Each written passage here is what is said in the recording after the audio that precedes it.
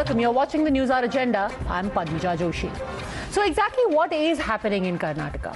What is at the bottom of this hijab in school row that has now found an echo in all parts of our country?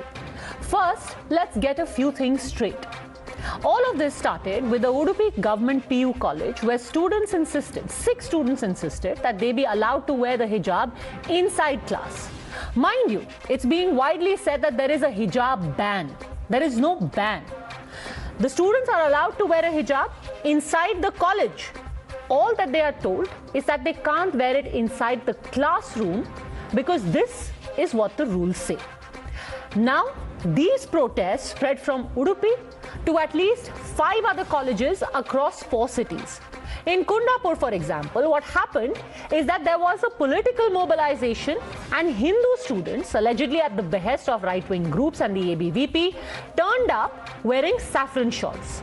As a result, both the hijab-wearing students and those with saffron shawls were sent away from the college because the management said, we do not want any trouble. The management says its action stems from a government order that has asked them to maintain status quo till an expert committee discusses the issue.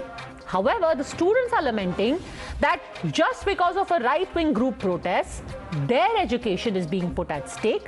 They are being kept out of school even though their exams are just a few days away.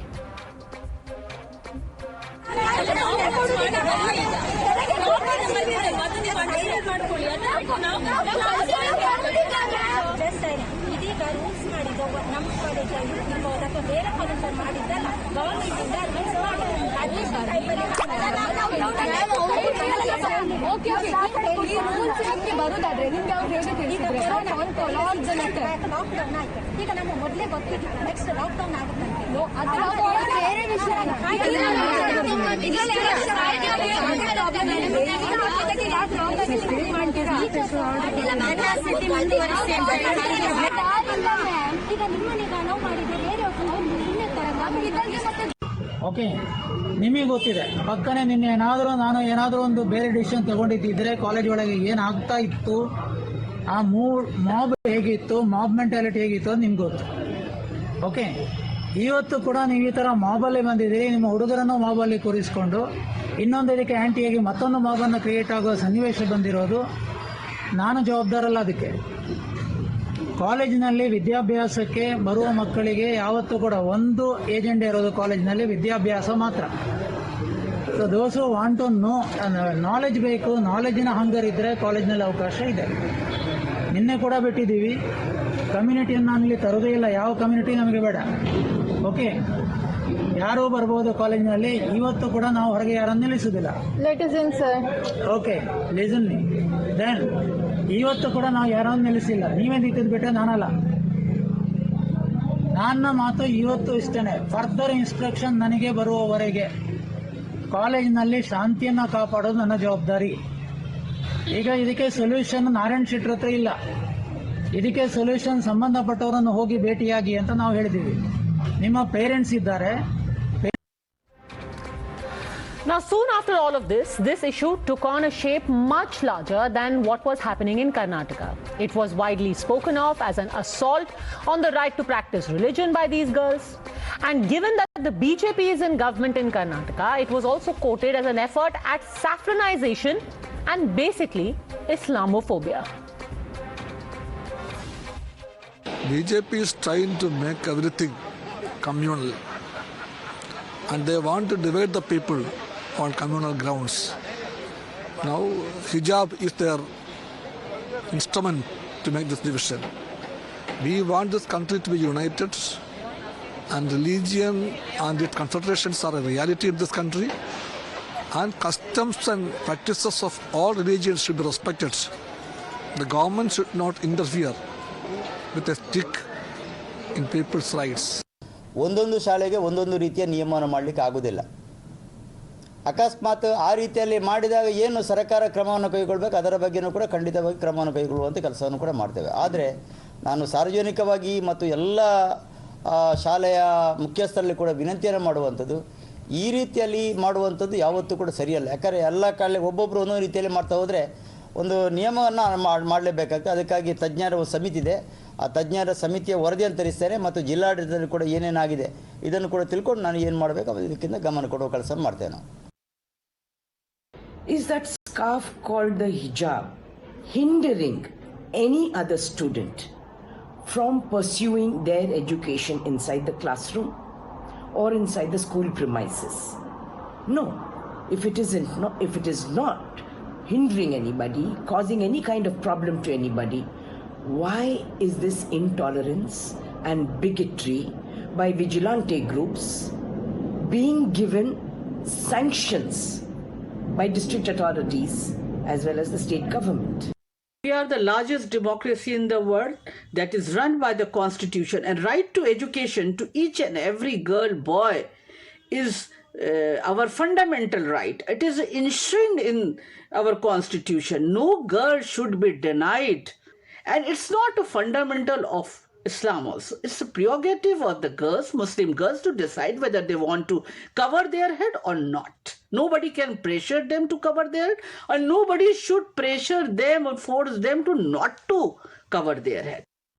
But here's the thing, whether wearing a headscarf is integral to the practice of religion or not will be decided by the Karnataka High Court, since one of the girl students from Udupi has now gone to court with her prayer. However, the more fundamental question here also is, even if this is a religious right, does it override the rules of the school? And as a larger existential question, as a society, do we condone having women in veil? Do we cheer women in veil as a choice, irrespective of what religion they belong to? You're watching the News Hour at 10, debate number 1 on Times Now, Super Prime Time. All right, joining us now on the NewsHour Agenda is Karnataka Primary and Secondary Education Minister, Mr. B.C. Nagesh. Sir, I want to start by asking you, the Minorities Commission has said that status quo is to be maintained in these colleges. Does that mean that the girls wearing a hijab will be allowed to enter college or not? No. Status quo means whatever the dress they were wearing so far, or what was the dress when they joined the college, has to be followed. But these girls are saying in Kundapura that they have worn the hijab since the time that they joined college. Why have they suddenly been stopped? According to the Karnataka Education Act, clearly the Rule 11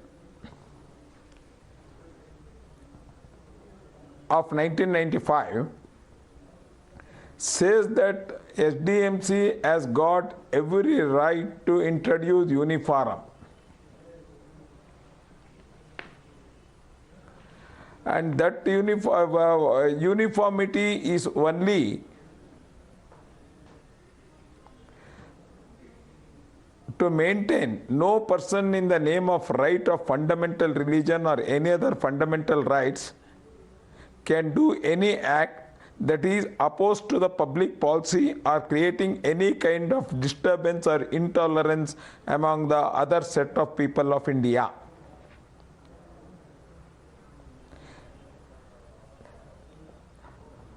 And Honorable Apex Court and other high courts has clearly given the direction what is uniform. And specifically Bombay High Court, I will read the judgment of the Bombay High Court.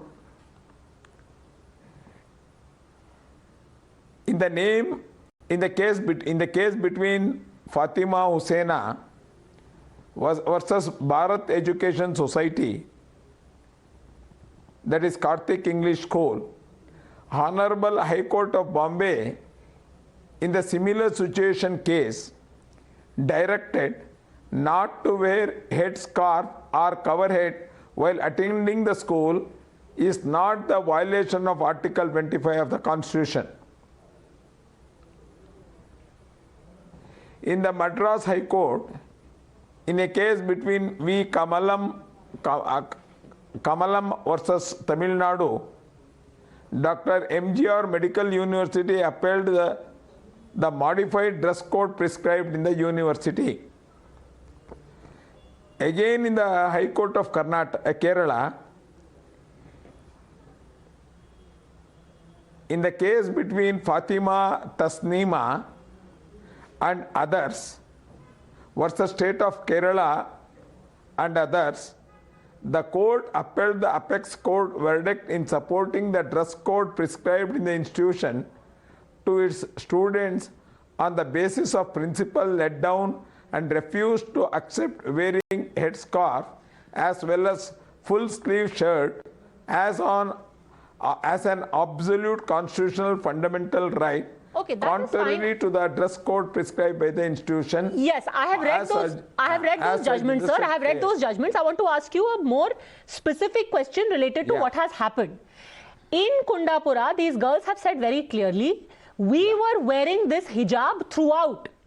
So either you had a rule and you didn't enforce it, and if you were enforcing it, then how are these girls wearing it throughout? Whatever the information, No, I am, as far as the information I have received, they have not wear this scarf so far.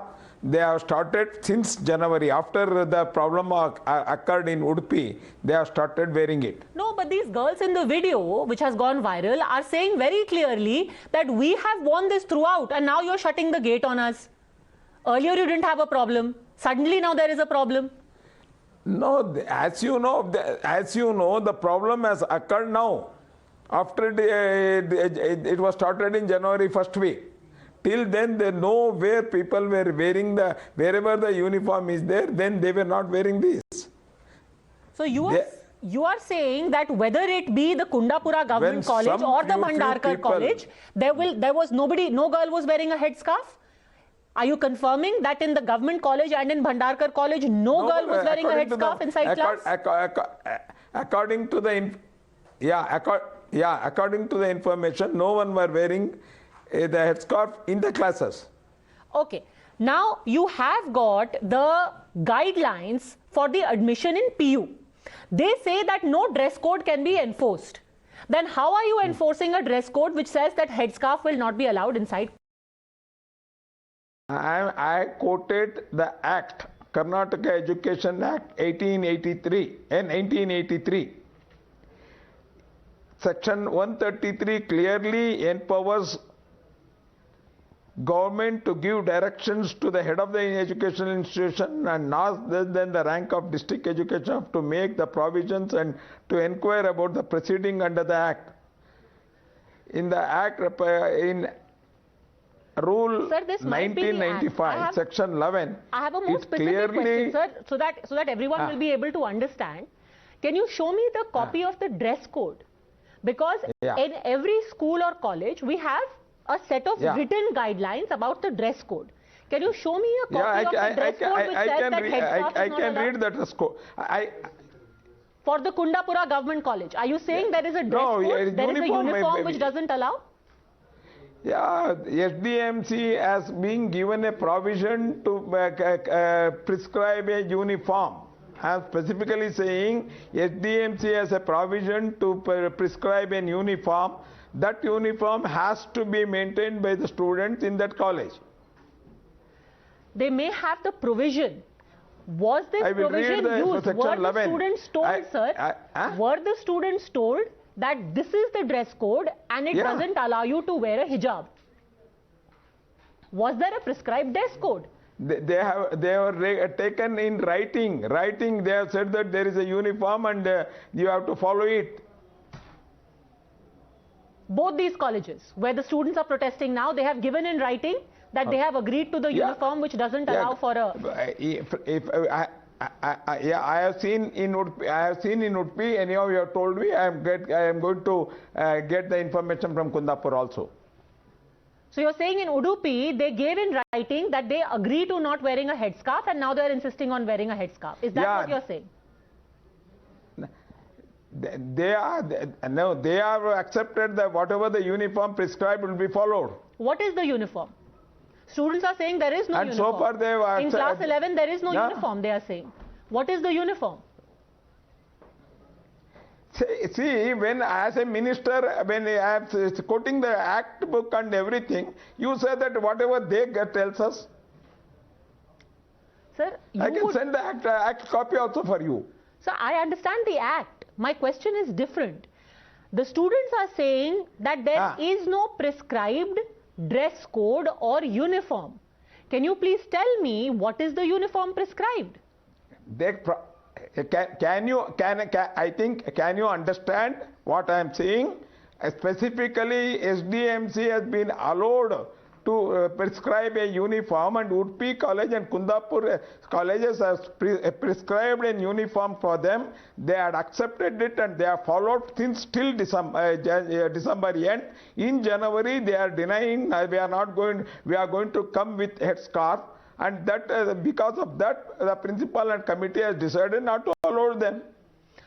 Okay, so if in January they decide to change their mind, why have they changed their mind? I am showing you the application which had been prescribed by the SDMC, and where the student and his parent has signed. This is of Udupi College. What does the application say? That I agree to wear a uniform? About Kundapur, anyhow, I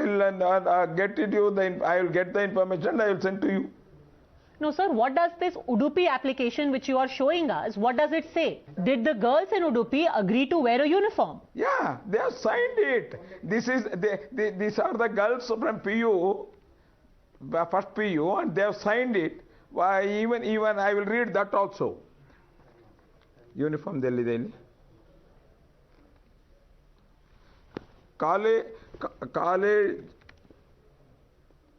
ಕಾಲೇಜಿನ ಎಲ್ಲ ದಿನಗಳಲ್ಲೂ ಸಮವಸ್ತ್ರ ಮತ್ತು ಗುರುತಿನ ಚೀಟಿ ಧರಿಸಿ ಬರುವುದಾಗಿ ಕಡ್ಡಾಯ.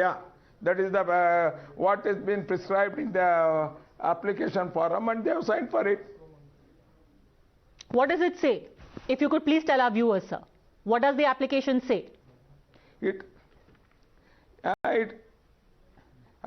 There are 10 conditions led by the SDMC. ಕಾಲೇಜಿನ ನಿಯಮಗಳ ಪಾಲನೆಯ ಬಗ್ಗೆ ತಿಳುವಳಿಕೆ ಪತ್ರ. What are the rules of the college? They have given a letter to them. In that letter, there are 10 conditions. All this the students read and then they sign the form. After knowing things, and they have followed. The best part is that they have followed till December. What happened in January? They are saying it's their fundamental right. It's the right to practice their religion. You can wear a tilak, why can't they wear a scarf? Then the students know better constitution from the High Court judges? Do you mean that High Court judges doesn't know the constitution, and that first PU student know constitution more? Sir, I will ask you a direct question. These students today are saying, if a minister, if you can wear I'm also answering directly. You can wear tika inside your office. Why can't they wear a headscarf inside their school? No, that is the rule of the school. If you make a rule in Vidhan Saudha, then I should also follow it. The rule Act of Education Act has clearly said, and the SDMC has been allowed to make prescribe their uniform, and conditions to be let down for the harmony and to create a brotherhood among the students. That has to be followed. So let me ask you finally, what changed? You clearly seem to be suggesting. You seem to be suggesting that something. For example, who joins police or military has to form their own dharma rule or uniform. So what changed? Why did they decide to wear a hijab now, according to you? According to me, they have been motivated by some people who want to create some disturbance among the society, and they want to create such an atmosphere so that ladies doesn't comes to the college, so that if there have been many people are there to see that girls should not come to the college, and their colleges they should be denied of education. So I think they may be provocating that girls not to attend the college. Okay, that is in the name of dress. All right, that is your charge. The students say it is just about them now asking for their rights after waking up to it. I'm going to leave it at that. Thank you very much, sir, for having joined us. Of course, ultimately, it's the court which will be the judge. Thank you. Thank you. Thank you. All right, let me take it across to our panel now. Tuhin Sinha, spokesperson of the BJP, joins us along with Islamic scholar Dr. Zeenat Shaukat Ali, lawyer Sai Deepak, Ifra Jan, spokesperson National Conference, Syed Aslam Pasha, spokesperson of the JDS, and lawyer and Indian National Congress supporter Kapil Madan. I want to first start by asking you, Syed Aslam Pasha, if the students, and if you could just pull up that document, the government says very clearly the students have signed an acceptance of college rules. Then what is the problem? Point number 8 of this acceptance says rules set by college shouldn't be violated. Point number 9 says it is compulsory to wear uniform on all days of the week and carry college ID card.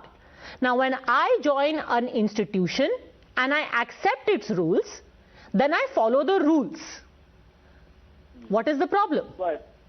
A couple of very important points. We are absolutely, I am absolutely disgusted to hear the biased view of the minister. I'm absolutely disgusted. Since I'm from Karnataka and I heard what he said, he has a very biased view. Now coming back to the point, right, in Kundapura, the girls on TV in multiple channels, and it has come in print media as well, that these girls have been wearing hijab right from the first day of their college. That's point number 1. We would want to understand from the government, why was the rule changed? What has provoked them to stop these girls from entering the college? It is their right to get educated. It is their right. The exams are fast approaching. We hardly have 2 months. They have not been allowed inside the classes. Okay. Sir, can I please steer you back? Because in Kundapura, it is a case of, just a second, sir. Let me just pause you for a second. In the case of Kundapura, it's a case of he said, she said. The students say we have been wearing a hijab throughout. Yes. The college and the government says no, they haven't. They have started wearing it only once the political interference started from the 1st of January. Now in the case of Udupi, where all of this started, there is a document signed by a girl student which says clearly, I will adhere to the rules and I agree to wear a uniform. Now where is the problem? After signing a declaration, can you step back and say, no, I will still wear a headscarf? No, I will tell you what it is. Okay, I think I beg to differ from the Honorable Minister what he was saying. There is, thanks for inviting me for the show again, Padmaja. I told you this yesterday as well. There is a circular sent by the Director of Education, Pre-University, Karnataka, which clearly says, in 2018-19, it is on record, you can also get it validated, which clearly says that no student in the pre-university education can be compelled to wear a uniform. I want to understand what is special with this college. Nobody is wearing a uniform. As soon as a girl starts wearing a hijab, why these additional rules come in? Now, I will ask you one more thing, Padmaja, one quick 30 seconds, and after that I'll wind up. Now, the girls were wearing hijab. What has provoked the boys to wear the saffron shawl? Right? Wearing hijab is an integral part of Islam for the women. Who has provoked the boys? These are the future of a nation. Okay. We will come to the provocation in just a while. You are questioning the provocation to the boys wearing saffron shawl. Similarly, questions are asked who are provoking the girls into wearing the hijab. But the more technical issue that needs to be answered, Sai Deepak, is that the government PUC college rules stipulate that there is no compulsory dress code. Then how can these colleges arbitrarily say this is the uniform and you must adhere to it, when the PUC college rules stipulate there can be no compulsory dress code? Going by what the minister has pointed out with respect to the state of law as it exists there, his position is as follows. I'm happy to be corrected by anyone on this. The first point that he made, that rules were specifically, I'm sorry, there's a bit of an echo. Yeah, there's an echo, I think, in your speaker. We'll just fix it. 2 seconds. Yes, please go on. It'll be fixed. Go on. Point is, based on whatever he has said and my little understanding of Kannada, his point is this. There's a specific provision under section 145 of the Karnataka Education Act of 1983, which allows the government to pass rules with respect to the discipline and different aspects of administration of schools within that particular state. Sir, just a second. I said I'm happy to be corrected. Allow me to finish my point. You're from Karnataka. I don't have a problem with being corrected at all. Just let me finish my point. May I? Yes, please go on. I think this is a technical issue with your audio. Can we please fix it so that he can continue? Yes, go on. Yeah. So the second thing is that he says that there is a specific Rule 11 under Karnataka Education Act of the rules of 1995, under which rules are promulgated. He then goes on to make a very specific statement that insofar as these two colleges are concerned, they have been given the right to decide the uniform for their students, and an exception has been made to them. And therefore it boils down to one simple question: whether these students have suddenly decided to wear hijab from January. Is that the version which is true? Or has the college suddenly chosen to invoke and press into service this particular rule is the question. Now honestly, this is a matter of fact which none of us can decide in terms of what has happened. That's for the court to get into, because one of the girls has already approached the court.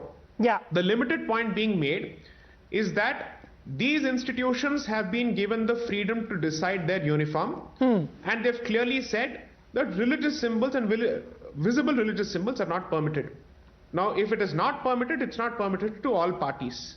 And therefore, when one particular section decides to wear a visible religious symbol, it has invited a certain reaction from the other. I am not saying one is right, the other is wrong. I am simply making the point, if a rule exists, as long as the rule is not set aside in a court of law by challenging that this is in violation of somebody's Article 25 rights, that rule needs to be followed.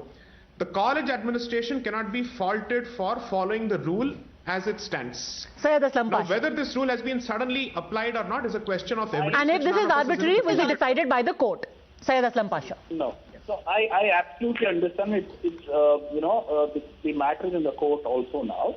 Now the question is very simple. When there is a circle, it supersedes all the communications which have come. The director of pre-university education has sent out a circular that there be no uniform in the pre-university education.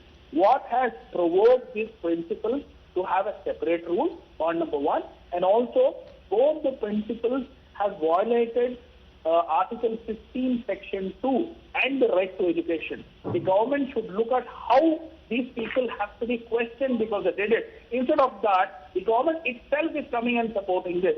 So does that not mean that there are forces which are asking the principals to do this? The principals, there was no uniform in pre-university education. I am from Karnataka. Okay. I understand the region very well. I understand the coastal area. I understand that every day girls who come to pre-education colleges, pre-university colleges, wear hijab. There are hundreds of colleges where the girls. But can they still wear it if the college rules stipulate that you can't? And like I just said, there is a document where an admission has been made that I will follow the dress code. The child has agreed to follow a dress code.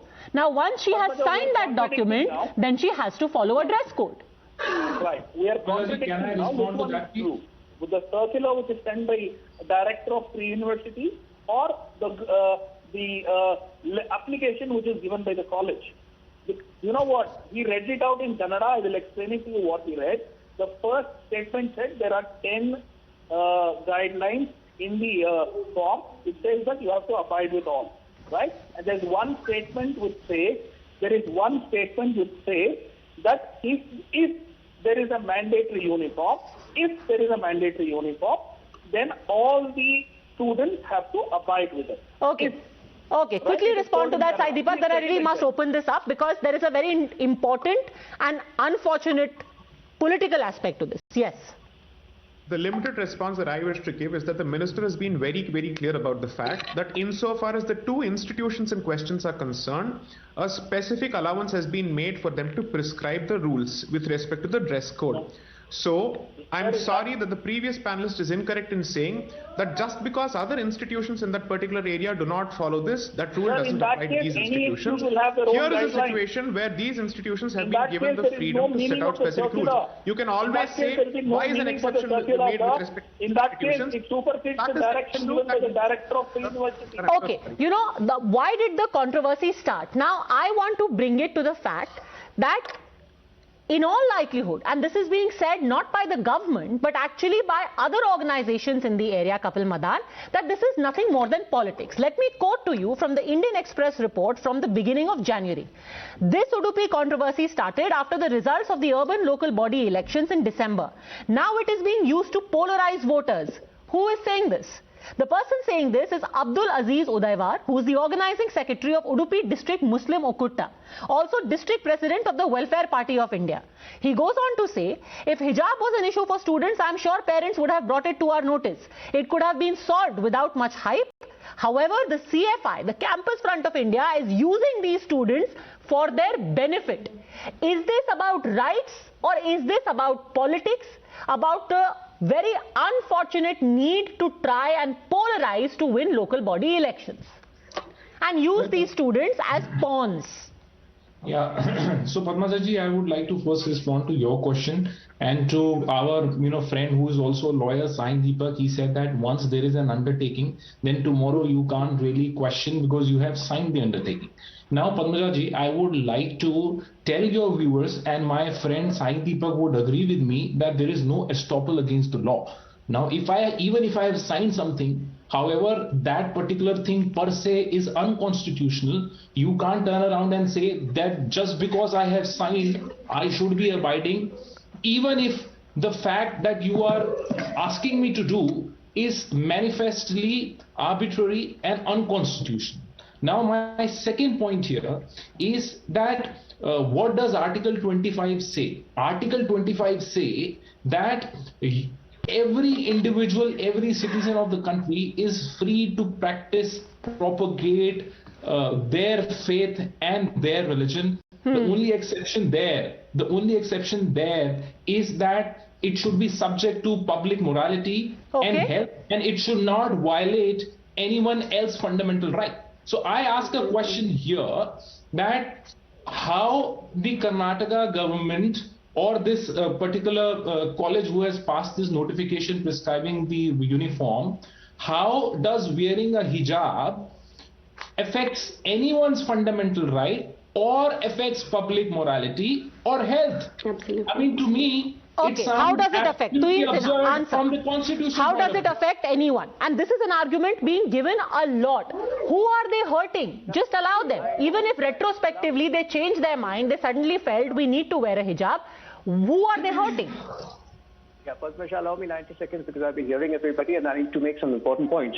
See, any religion-specific dress code should have no place in any educational institute of today because it impinges upon the fundamental principle of homogeneity and equality on which is critical to good modern education.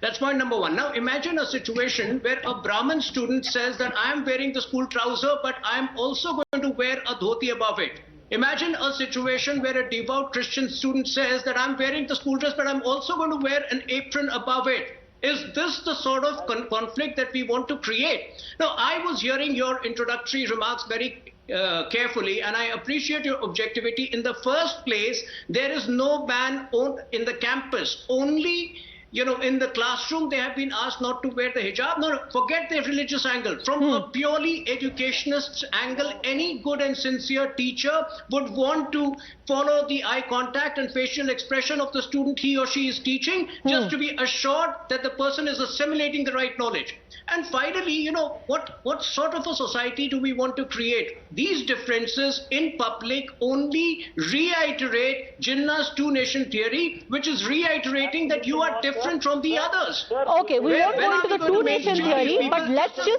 just keep religion out of the classroom, Ifra Jan. The more limited point is, let's keep religion out of the classroom. And for that, I will quote to you the recent example of the police cadets in Kerala, where the government said, I am sorry, you cannot wear a hijab because it runs counter to secularism. The Kerala government, not BJP, run by a communist party. Okay. Ifra Jan. See, the Kerala High Court in AMIET case 2016 has clearly said that wearing a headscarf is an essential part of Islamic faith. And following your religion, whether it's Islamic faith, whether it's Hinduism, whether it's Sikhism, is a fundamental right that has been guaranteed to us by the Constitution of India. Now, this college, as is being repeatedly argued, can make rules. Obviously, the government college can make rules for uniform, but whenever a government institution makes rules, those rules have to be in consonance with the fundamental rights of India. Fundamental rights that the Constitution gives us. They cannot be contrary to the Constitution of India or ultra vires, because it's a government-run college. And as I've clearly quoted to you, the Kerala High Court believes that wearing a headscarf is an essential part of Islamic faith. Now, I'm very glad you quoted the Kerala High Court, because if we selectively play statistics and judgments, it will lead to an outcome we want. The same Kerala High Court 2 years later, in another case, actually said, and I quote, individual interest must yield to larger interest. What is the no one can impose individual right against right of institution. No one can direct school to allow Muslim girls to wear the hijab. And the case there was exactly apples to apples, madam, where two girls went to the High Court and said, we want to wear hijab in school. The Kerala High Court said, no, you cannot. What is the interest we are trying to protect? By telling people, if tomorrow I open a college and I ban 6 students from wearing turbans, I put a ban from we jumped straight from the Kerala High Court judgment to Sikhism.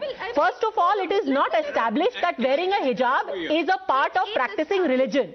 Because the Kerala High Court judgment I quoted of 2018 said that individual interest must yield to larger interest, and no one can direct the school to allow Muslim girls to wear hijab. So wearing a hijab is not integral to practice of religion. It is integral to practice of religion. That was clearly stated in 2016 judgment. And you but there is a 2018 judgment that clearly says it is not. Right? You cannot quote a judgment that suits you. Now let's go to the theological part. Zeenat Shaukat Ali, and I am not an expert on the religion. Neither are you. Let's ask Zeenat Shaukat Ali. Is wearing hijab integral to practice of religion? Do these girls cease to be Muslim once they are not allowed to wear hijab? Zeenat Shaukat Ali. Yes, let's start off with this, that Islam has not prescribed a dress code. Islam says that you must dress decently, you must dress in a manner that, that describes your chastity, and you must be well covered. It does not prescribe any form of a dress. Let's start off with that. What are you The second saying? point is, Islam has never introduced... Islam. Madam, please let me finish. Let me finish. I'm sorry. No. Syed Aslam Pasha, please let her speak. Let's not mansplain to her what she should or should not be wearing. Let her speak. Go on. Zeenat Shaukat Ali. My information is 100% right, and I challenge you to challenge me. Okay? I challenge you. Islam has not introduced. Islam did not introduce the veil. The veil was a practice of the region of Arabia, whether you were Christian, Jew, or whoever you were. Islam did not introduce it. Yes, Islam said that you cover yourself decently and you cover yourself with chastity and you dress nicely, but it has not prescribed a dress. And the evidence of that is that in Saudi Arabia, 2 years ago, Imam Mutlaq, no less a man who heads the clergy department in Saudi Arabia, has said that the abaya is not compulsory. A woman must dress decently, she must be well covered, but there is no compulsion for her to wear an abaya. Please let me finish. Now also the Grand Sheikh of Al-Azhar University, Sheikh Tantawi, who is a very, very well-known Sunni cleric and respected in all parts of the world, has said the same thing, that there is no such thing as a dress code. You have to be dressed decently and your face must be seen very correctly.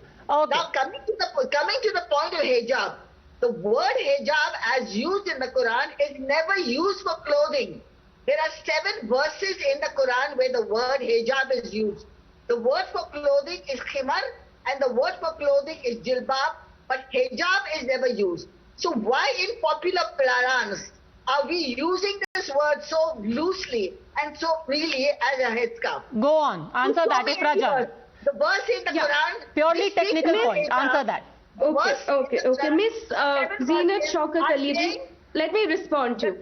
When we talk of hijab, we don't really talk of hijab in the sense the others understand it. What the Arabic word for hijab is usually the chadar, because you're confusing hijab with a burqa. So right now we are talking about please let me speak. Chadar is a headscarf, something that you... Please let me speak. I mean, you're not allowing me to speak. And you are not giving the correct definition of the word hijab. I'm giving you the definition if you just listen. As obstruction, if you just let me speak, I'll let you speak. Man, as a hijab, as a distance, it is used. Okay, ma'am, let her respond. She has a different understanding. Let her also have a voice. Everyone should have a voice. Yes. Okay, Zeenat, ma'am. Forget the word hijab. Right now we are talking about headscarf, because these girls are not being allowed a headscarf in the college. Please let me speak. No. Let me make it clear. They are being allowed in the college, not in class, as per the rules. In the classroom. Yeah. Okay. In the classroom, they're not being allowed to wear a headscarf. Yes. And the headscarf is clearly prescribed in the hadith, where it's called a chadar. The Arabic word for a headscarf is a chadar. Please read upon how a chadar is prescribed for the Muslim women. And the Kerala High Court in 2016 has clearly said that it's an essential part of the Islamic faith. Okay, answer this on the specific issue, because I really must go on now. Yes. The clerics over here, this confusion has been created and a battle has been created for the women by patriarchy. By the clerics and by patriarchy, and it has been one-sided where women are used as pawns. Women should be allowed to wear whatever they want to. That's the basic point. Ma'am, yes, absolutely. Women should be allowed to wear whatever we want to, but fundamentally some things are wrong. This is as specious an argument as saying that women should be allowed to self-immolate on the pyre of their dead husband if they want to. This is as specious an argument. I mean, for the last century, we have been part of a feminist movement, have studied feminist theory, which says that women are made invisible by putting them in veil. And now we are glorifying veil as some kind of choice. Can I come in? I mean, this is basic education. We are all educated people here. Feel strong and empowered. Can I come in? Okay. Just a second. Tuhin Sinha wants to come in. Yes. Let me just make a brief point. False equivalence is being drawn by pseudo liberal icons like Tharoor with a Sikh turban. Let me make it very clear that Sikhism is the only religion that mandates a physical identity. That does not hold true for either Christianity or any other religion. Number two, even Islamic countries like Tunisia, Azerbaijan, Lebanon, among others, have disbanded or outlawed hijab and burqa among other countries. So I think we need to, at least in a public place, we need to be a little more objective. Yes. They can go to a madrasa with now let me also remind you that when identity and practice of religion is subservient to public order, the 5 Ks, Kesh, Kada, Kripan, Kacha are all integral to Sikh identity, and yet a Kripan is not allowed inside your cabin in an aircraft, because public order is the most important. Sai Deepak wanted to make a point. Yes. Please remember that all these fantastic constitutional arguments aside, the fact of the matter is news reports clearly established that until January, no one was challenging these rules. Nobody questioned these rules, which clearly shows that the existence of the rule did not stir anybody's conscience to the extent that it seems to be stirring people today. So clearly this is a manufactured controversy. That's point number 1. Point number 2, the fact of the matter is this. Here is a limited instance where a school is saying, I am bound by the rules, and I'm only saying, wear whatever you want to outside the classroom. Within the classroom, let there be a semblance of equality. That is the limited position that is being taken by the school. Yeah. And here, there is a fantastic scene where a lady scholar is clearly defying hijab, and we have a man saying you must wear a hijab. So I think patriarchy is speaking. I'm going to leave it at that. Leave it at that. Whether it is required in the classroom will again be decided by the court. But like I said at the beginning, we have to ponder the larger question of what we aspire to be as a society. Do we want to glorify something which by Virginia Woolf, and I really want to end by quoting from it because we say that we are all about feminism, women's rights. So the one woman who stood for women's rights, Virginia Woolf, said in 3 Guineas, it's the idea of the veil much more than the veil's material presence that is a powerful signifier of women's proper seclusion, relegation to a private world, of their non-participation, passivity, and even invisibility.